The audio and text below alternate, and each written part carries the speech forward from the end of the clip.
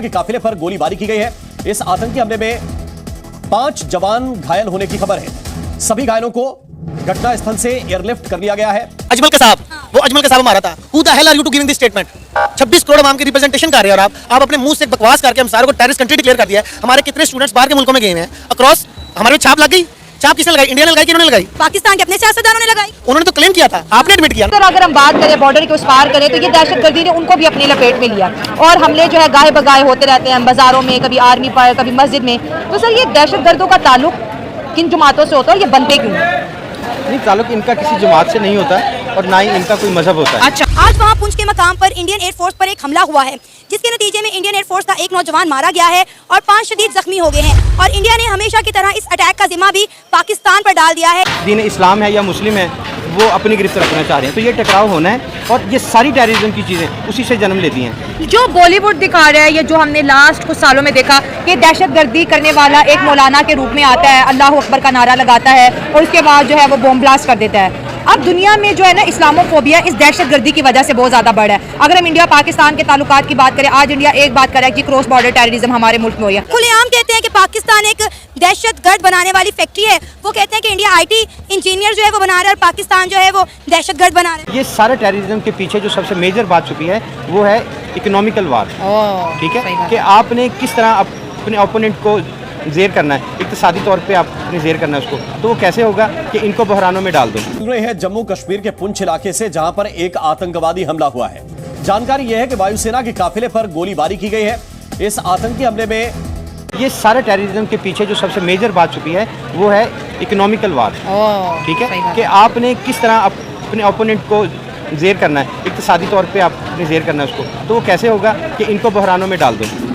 ये अपने मसलों से ही ना बाहर निकले। इनको डैम ना बनाने दो, इनको गंदम ना उगाने दो, इनको अंदरूनी प्रॉब्लम रहे, उसके लिए वो हमारे टॉप के जो ईस्ट इंडिया कंपनी की बाकियात दोनों मुल्कों में हैं रह गई हैं, उनको ख़रीदते हैं। ठीक है, और उन्हीं का इस्तेमाल करके हमें वो लेट डाउन भी करते हैं और इस बहरान में भी डाल देते हैं। और ऐसा हो रहा है कि टेक्नोलॉजी आगे बढ़ी और साथ ही साथ टेररिज्म भी आगे बढ़ी। तो जी बिल्कुल ऐसा ही है। अगर हम लोग बात करें कि टेक्नोलॉजी के बारे में, तो डेफिनेटली टेक्नोलॉजी ने जहाँ पर हमें पॉजिटिव रिस्पांस दिए हैं वहाँ पर उन्होंने बहुत ज़्यादा हमें ड्रॉबैक्स का भी सामना करना पड़ा। आप देखें क्राइम्स की टाइप्स जो है वो चेंज हो गई है। ठीक है, साइबर क्राइम हो गया, हम लोगों ने डिफरेंट हम लोगों ने पता नहीं क्या क्या नाम सुन लिए ऐसे वेपन्स के जो अगर टेक्नोलॉजी ना होती तो शायद हम लोग एक्सपेक्ट ना करते। डार्क वेब तक लोग जा चुके हैं। एग्जैक्टली, वो तो चले आप एक तरफ छोड़ देना, मतलब साइबर क्राइम एक तरफ छोड़ दें। इकोनॉमिकल वॉर जो है ना वो इस वक्त अपनी पीक पे है और अमेरिका इसराइल ये चाहते हैं कि ये खिता कभी आगे ना बढ़े क्योंकि यहीं से तो स्टैंड होना है। ठीक है सर, आज हम बात कर रहे हैं टेररिज्म के ऊपर।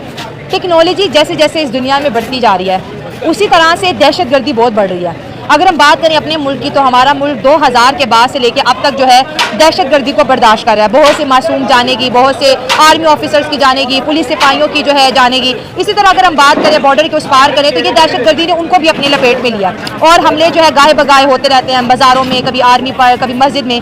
तो सर ये दहशतगर्दों का ताल्लुक किन जमातों से होता है और ये बनते क्यों? नहीं, ताल्लुक इनका किसी जमात से नहीं होता और ना ही इनका कोई मजहब होता है। अच्छा, अब सबसे पहले आपने कहा कि मतलब पाकिस्तान और हमारा पड़ोसी मुल्क इस दहशतगर्दी को फेस कर रहे हैं जी। अच्छा, अब मैं बात इस तरीके से करूंगा कि जिस तरह हम कहते हैं ना कि एक बिग बैंग हुआ और ये तख्लीक होगी दुनिया की, बिल्कुल, और इसके बरक्स एक हमारा मजहब हमें बताता है कि अल्लाह ताला ने कायनात को तख्लीक किया। तो अगर तो हम मजहबी सोच की तरफ जाएं तो मैं ये कहूँगा कि दज्जालियत जो है ना ये उसका एक दौर स्टार्ट हो चुका है। दज्जाल का? अच्छा, हाँ जी, दज्जाल का। इसको दज्जालियत इसलिए कहेंगे कि उसके जो मुहर्रकात हैं, जो उनके मोहरे हैं, जो काम कर रहे हैं, जिसमें यहूदी ज़्यादा शामिल है। अच्छा, ठीक है, वो अपनी एक सोच के तहत वो दुनिया को ग्लोबलाइज चेंज करना चाह रहे हैं, अपनी गिरफ्त में लाना चाह रहे हैं, अपने अंडर करना चाह रहे हैं। ठीक है, तो जो टेररिज्म है ये उसी की एक कड़ी है। ठीक है, ठीक है।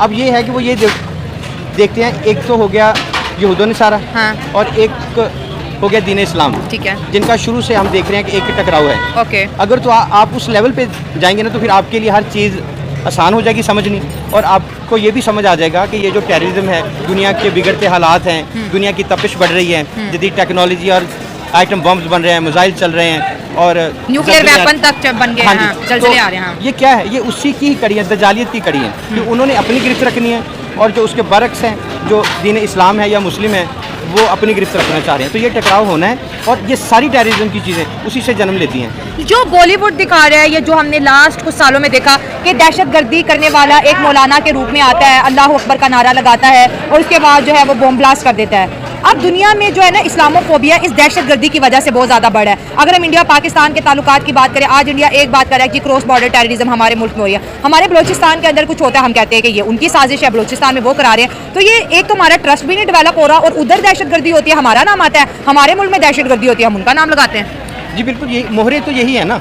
मतलब मोहरे यही हैं, इसमें कोई शक नहीं है कि वो कहते हैं कि सरहद पार से हुआ, हाँ, हम कहते हैं सरहद पार से हुआ। अजमल के साहब, वो अजमल के साहब हमारा था। Who the hell are you to giving this statement?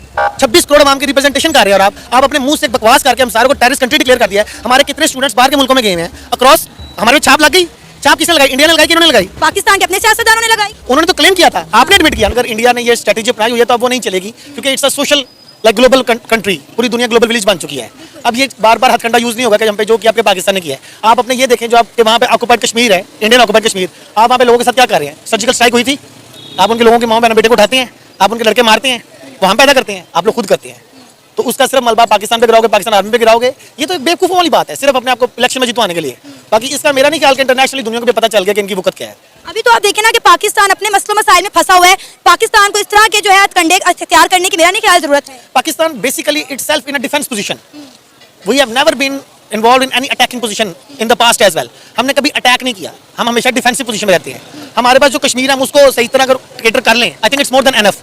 जो इंडियन ऑक्युपाइड कश्मीर है, आप कश्मीर का मामला सॉरी टू से बोथ कंट्रीज के लिए अर्निंग पॉइंट ऑफ व्यू है। आप कश्मीर में क्यों करवाते हैं, दिल्ली में क्यों नहीं करवाते? अगर पाकिस्तान ने करवाया तो मुंबई में क्यों नहीं करवाया? पाकिस्तान ने उत्तर प्रदेश में क्यों नहीं करवाया? सिर्फ कश्मीर में क्यों? क्योंकि वहाँ पे मुसलमान है। आप उनकी कम्युनिटी से वोट लेने के लिए सिर्फ मुसलमानों के मरवा के। सर अब ये देखिए ना कि जो अटैक हुआ है ये इंडियन एयरफोर्स पर अटैक हुआ है, जिसमें एक उनका इंडियन एयरफोर्स का जो सोल्जर था वो मारा गया है, 5 जख्मी है और कहा जा रहा है कि शायद आप इंडिया इसका बदला लेगा। Ma'am they are totally non professionals. आपको याद होगा कि जब अभिनंदन वाला वाक्य हुआ था इंडियन एयरफोर्स का, तो उनका तो हमारे वाला सीना बन चुका है कि मूवियां बनाओ। अभी आपने पीछे देखिए मूवी आई है उनकी, फाइटर किस बेस पे है? पुलवामा अटैक पे। तो ये बेसिकली अपनी आवाम के सामने हीरो बनने के लिए ना एक फेक, जिस तरह कहते हैं ना कि नेशंस अपने कैरेक्टर्स बिल्ड करती है, ये कैरेक्टर्स बिल्ड कर रहे हैं। आप ये एयरफोर्स पे अटैक करना हमारे लिए प्राइम पर्पस रह गया। हमारे मुल्क में 10,000 फटे अपने अपने खुले हुए हैं। हमने आपके एक पायलट को मार के कौन सा तीर मार लिया है? हमारा जो 9 मई आ रहा है, आपको 9 मई का वाक़या आपके 4-5 दिन बाद है ना, आप मुझे बताओ कि ओवरऑल कंट्री उनकी क्या स्ट्रेटेजी है, वो किधर रैंकिंग में खड़े हुए हैं? ये जस्ट एक वो थीम है जो आप पिछले 75 साल से फॉलो करते आ रहे हो और इसका प्राइम पर्पस सिर्फ यह कि हम इलेक्शन विन कर दें। मोदी गवर्नमेंट आरएसएस का, मैं सारे व्यूअर्स को भी और तमाम पाकिस्तान को बताऊंगा कि काइंडली जो पढ़ रहे हैं आप सिर्फ आरएसएस का एजेंडा पढ़ें। वो दुनिया में किस बेस पे आते हैं? कहाँ है अकबरी मस्जिद वाले जो वाक़े थे, वो कहाँ पे है? इतने मुसलमान शहीद हुए, वो सारे कहाँ पे हैं? आपका तब कोई नहीं याद आया। हमला सिर्फ हम यहाँ कश्मीर में करेंगे या आपके मुंबई में करेंगे, और कोई जगह नहीं हमारे पास पूरे पाकिस्तान के पास। ये भी देखिए ना हमारे सियासतदान भी अक्सर जो है वो बेवकूफ़ी कर जाते हैं। जो बम्बई में 26/11 का हमला हुआ था, नवाज शरीफ साहब ने बाद में एडमिट कर लिया, उन्होंने कहा कि उसमें पाकिस्तान मुलविस था। अब जब इस तरह के सियासतदान हमारे खुद बयान देंगे तो फिर पाकिस्तान की रेपुटेशन क्या होगी? Ma'am to be very honest, देखें नवाज शरीफ या कोई भी अदर देन IK में बात कर रहा हूँ, इनका स्टेक इन्वॉल्व नहीं पाकिस्तान में। अगर आपको मैं आज आप वीजा